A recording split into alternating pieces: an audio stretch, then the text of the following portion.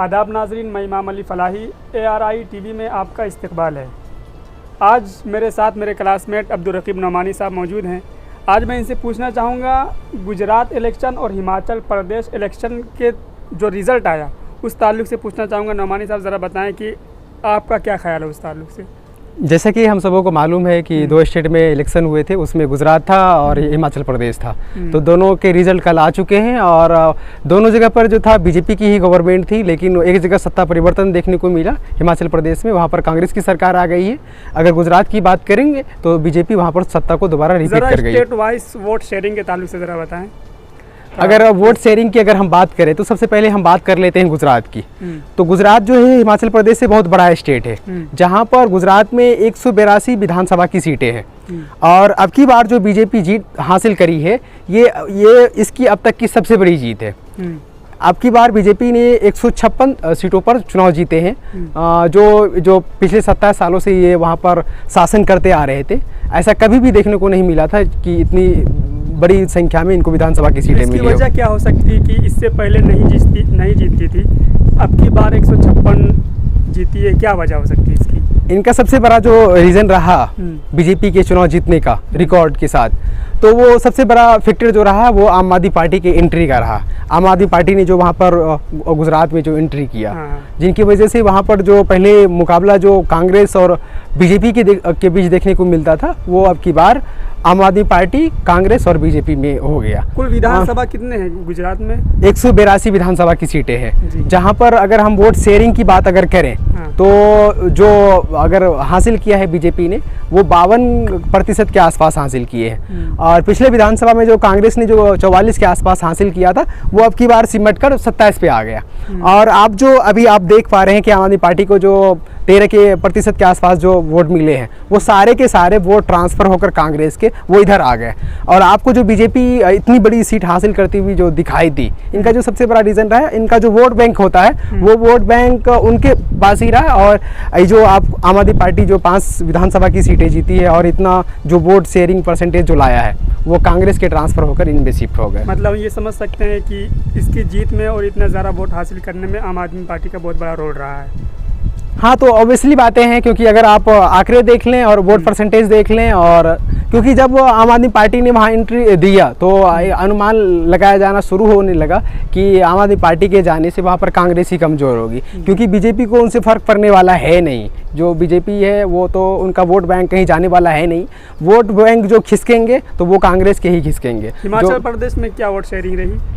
अगर हिमाचल प्रदेश की अगर बात करें तो वहाँ पर एक तरह से ट्रेंड रहता है, 5 सालों में सत्ता परिवर्तन हो जाती है और वही देखने को अब की बार भी मिला। जो वहाँ पर बीजेपी की सरकार थी वहाँ पर दोबारा रिपीट नहीं कर पाई और वहाँ पर अब की बार कांग्रेस की सरकार आई। वहाँ पर अगर हम कुल विधानसभा की सीट की बात करें तो 68 है, जो एक पहाड़ी एक स्टेट है, जो बहुत छोटा स्टेट है। लेकिन वहाँ पर वहाँ के लोग क्या करते हैं, 5 सालों में सत्ता परिवर्तन कर देते हैं, वो अलग अलग गवर्नमेंट को लाते रहते हैं। अब की बार बीजेपी है तो अगले बार कांग्रेस है, तो कांग्रेस अब की बार वहाँ पर बहुमत के साथ आई है। वहाँ पर जो 68 सीटें हैं तो आप अगर 35 लाते हैं तो आपकी सरकार हो जाती है। तो कांग्रेस अब की बार 40 विधानसभा की सीटें जीती है और बीजेपी अगर हम बात करें तो बीजेपी 25 सीटों पर सिमट गई है और 3 कैंडिडेट जो चुनाव जीते हैं वो इंडिपेंडेंट है। कहा जाता है कि हिमाचल प्रदेश में भी आम आदमी पार्टी ने एंट्री की थी। हाँ, वहाँ पर आम आदमी पार्टी ने ज़रूर एंट्री किया था, लेकिन उस तरह से उन्होंने एक तरह से खाता नहीं खोल पाया और उन्होंने एक तरह से मेहनत भी नहीं करा। उनका जो पूरा फोकस रहा था वो गुजरात की तरफ रहा, जिनकी वजह से गुजरात में जो वोट परसेंटेज था, शेयरिंग जो था कांग्रेस का घट करके पूरा नीचे आ गया। और आप ये देखिए 1995 के बाद या इनसे पहले की भी बात करेंगे तो कांग्रेस की अब तक की सबसे बुरी हार है और ये बीजेपी की अब तक की सबसे बड़ी जीत है गुजरात में। वो सीधा 156 पे चले गई। अगर हम पिछले 2017 विधानसभा की बात करें जो गुजरात में इलेक्शन हुए थे, उनमें बीजेपी 99 सीटों पे सिमट गई थी, जबकि उस समय भी नरेंद्र मोदी का अच्छा क्रेज था। अभी भी क्रेज है, क्रेज में कोई मतलब ये नहीं हुआ, लेकिन अभी बेरोजगारी की बात होती है, भ्रष्टाचार की बात होती है, लेकिन फिर भी आप देख लीजिए सरकार वो उनकी रिपीट हो गई और अच्छे खासे से मतलब एक बहुत बड़ी जीत मार्जिन के साथ उन्होंने सत्ता में वापसी की है। जो वहाँ पर एंटी इनकम्बेंसी जो होना चाहिए था कि सरकार इतने लंबे दिनों से है फिर भी उनके खिलाफ कुछ होने चाहिए था, ऐसा कुछ देखने को नहीं मिला। क्योंकि एक तरह से जब जैसे ही आम आदमी पार्टी की एंट्री होती है वहाँ पर गुजरात में, तो वो कांग्रेस कमज़ोर पड़ने लगती है। और जो मुकाबला दो दलों में के बीच होता था, कांग्रेस और बीजेपी में, वो मुकाबला 3 दलों में हुआ। और वहाँ पर हम ये समझ सकते हैं जो मुकाबला जो ज़्यादा टक्कर रहा है वो बीजेपी और आम आदमी पार्टी में ज़्यादा मुकाबला रहा है इस बार।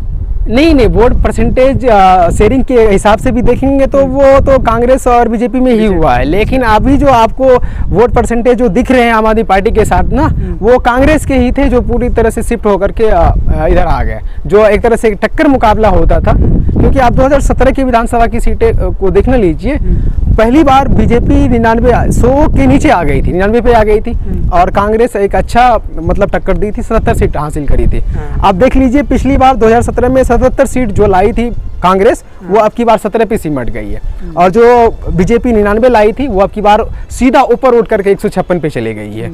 तो एक तरह से जो टक्कर था, तो अब की बार ऐसा कुछ गुजरात में टक्कर नहीं रहा। लेकिन कांग्रेस के लिए एक सुखद ये रहा कि वो उन्होंने ये हिमाचल प्रदेश में वापसी करी 5 सालों के बाद। कहा जाता है कि एमआईएम पार्टी ने भी वहाँ हिस्सा डाला था गुजरात में, उसका उन्होंने अपने 13 कैंडिडेट उतारे थे वहाँ पर, उनका क्या हुआ? अगर हम मजलिस इत्तेहादुल मुस्लिमीन की अगर बात करें तो वो भी उनके भी 13 कैंडिडेट वहाँ पर थे, लेकिन एक भी कैंडिडेट उनके चुनाव जीतने में ठीक है। नोमानी साहब ज़रा ये बताएं कि अभी जो इलेक्शन तो हो गया, हिमाचल प्रदेश में भी हो गया, गुजरात में भी हो गया, लेकिन सीएम का पद किसको दिया जाएगा? क्या कह सकते हैं कि वही रहेंगे या किसी दूसरे को दिया जाएगा गुजरात में? कहाँ के बारे में बात करें? गुजरात के बारे में। तो वो देखिए जो है वो उसी को दोबारा बनाया जाएगा। लेकिन अगर हम एक बात और भी बोल देते हैं कि बीजेपी में सीएम कैंडिडेट के बारे में, ये सीएम कौन होगा, आज जो सीएम है शाम तक, कल वो रहेगा या नहीं रहेगा उनके बारे में कुछ भी नहीं कहा जा सकता है, क्योंकि वहाँ पर आसानी के साथ सीएम को बदल दिया जाता है। और उनमें सबसे बड़ी एक अच्छी बात ये है कि उनमें बगावत देखने को नहीं मिलता है। अगर हम कांग्रेस या दूसरी पार्टियों की देखें तो अगर चर्चा भी शुरू हो जाती है तो बगावत होने का डर सताने लगता है। आप राजस्थान का एग्जाम्पल देख लीजिए, अशोक गहलोत को हटाने का एक लंबे समय से बातचीत चल रही है, लेकिन केंद्र की नेतृत्व जो है कांग्रेस की, उनको डर भी सता रहा होता है कि अगर हम इनको हटाते हैं तो हो सकता है ये हमसे बगावत कर ले और पार्टी पूरी तरह से राजस्थान में कमजोर हो सकती है। इसी वजह से आप देखेंगे 2019 के बाद से लगातार वहाँ पर राजस्थान कांग्रेस के बीच 2 गुटों में लड़ाई देखने को मिल रहा है। राजस्थान में अशोक गहलोत गुट और प्लस सचिन गहलोत गुट, दोनों में अलग अलग। वही अगर बीजेपी की देख लीजिए, बीजेपी ने हिमाचल प्रदेश में भी बदला सीएम को, राजस्थान में भी, राजस्थान में नहीं, उत्तराखंड में भी बदला, और फिर उसके बाद हिमाचल प्रदेश में भी बदला। तो वो बदलते रहते हैं, उनके लिए वो एक नॉर्मल सी बातें हैं। नोमानी साहब ज़रा बाई इलेक्शन कहाँ हुआ, उसके रिजल्ट क्या कैसे निकली, ज़रा इस पर तबसरा करें। अगर हम बाई इलेक्शन की अगर बात करें तो कुछ ऐसे स्टेट थे जहाँ की सीट, जो विधानसभा की सीटें खाली हुई थी, वहाँ पर बाई इलेक्शन हुए, उनके रिजल्ट कल आए। और एक लोकसभा की सीटें भी खाली हुई थी, जो आपको उत्तर प्रदेश के मैनपुरी में, जो सपा के सुप्रीमो थे मुलायम सिंह यादव, उनके आकस्मिक मौत के बाद सीट खाली हुई थी। उनके सीट पर उनकी बहू डिम्पल यादव उम्मीदवार थी समाजवादी पार्टी से, और उसके खिलाफ बीजेपी के उम्मीदवार थे। तो डिम्पल यादव 2.5 लाख वोटों से चुनाव जीतने में सफल हो पाई। और अगर हम वहाँ पर एक विधानसभा सीट है रामपुर में, रामपुर विधानसभा सीट, जो आजम खान की सदस्यता खत्म होने के बाद जो वहाँ पर सीट खाली हुई थी, तो उन पर भी इलेक्शन हुए, वहाँ पर बीजेपी के कैंडिडेट चुनाव जीतने में सफल हो पाए। लेकिन कहा जाता है कि रामपुर जो आजमगढ़ है, रामपुर है, वो आजम खान का गढ़ था, हमेशा वहाँ जीत रहे थे। तो ऐसा है कि रामपुर जो है वो सचमुच में आजम खान का घर रहा है, क्योंकि वो पिछले 40 सालों से लगातार उन पर आजम खान परिवारों का, उनके परिवार के लोगों का कब्जा रहता था। लेकिन अब की बार ऐसा हुआ नहीं, क्योंकि वहाँ पर प्रशासन पर उनके कैंडिडेट आरोप लगा रहे हैं कि घर से निकलने नहीं दिया गया वोटिंग करने के लिए, जिनकी वजह से वोटिंग परसेंटेज बहुत कम रहा और बीजेपी कैंडिडेट चुनाव जीतने में सफल हो पाए। क्योंकि उनका आरोप है कि बीजेपी ने एक तरह से शासन का जो क्रूर रूप है वो पूरी तरह से अपनाया था, जिनकी वजह से समाजवादी पार्टी वहाँ पर चुनाव हार गई, वरना उनके कैंडिडेट चुनाव जीतने में सफल हो पाते। अगर बाई इलेक्शन की बात करें तो बिहार की एक विधानसभा सीट है कुटनी, वहाँ पर भी बाई इलेक्शन हुए। वहाँ पर जो बाई इलेक्शन हुए उनका रीज़न एक ये था कि वहाँ पर आरजेडी के एमएलए थे अनिल सैनी, जिनको सज़ा हो गया 3 साल की, जिनकी वजह से उनकी सीट खाली हो गई। तो वो सीट आरजेडी ने जेडीयू को दे दिया, वहाँ गठबंधन में होने की वजह से। तो वहाँ पर जेडीयू ने अपने कैंडिडेट उतारे थे, लेकिन वहाँ पर जेडीयू के कैंडिडेट बीजेपी के कैंडिडेट से चुनाव हार गए। इसी तरह से राजस्थान और फिर उसके बाद छत्तीसगढ़ में भी 2 विधानसभा की सीटें खाली हुई थी।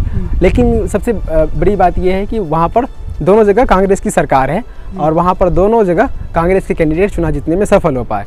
इसी तरह से उड़ीसा में भी एक विधानसभा की सीट खाली थी, वहाँ पर भी जो वहाँ के सत्ता में अभी मौजूद दल है बीजेडी, जो नवीन पटनायक की पार्टी है, उनके कैंडिडेट ही चुनाव जीते। और इसी तरह से एक खतौली है उत्तर प्रदेश की विधानसभा सीट, वहाँ पर आरएलडी के जो समाजवादी पार्टी मुलायम सिंह यादव की जो पार्टी है, यानी बोले तो मुलायम सिंह यादव रहे नहीं अभी, अखिलेश यादव की, उनके साथ गठबंधन है, तो वो आरएलडी पार्टी के उम्मीदवार। आपसे मिलकर और आपसे बात करके बहुत खुशी हुई। अब देखते हैं कि गुजरात में और हिमाचल प्रदेश में सीएम के पद पर कौन बैठता है, ये पद किसको मिलती है। आप भी देखते रहिए हमारा ARI TV। शुक्रिया।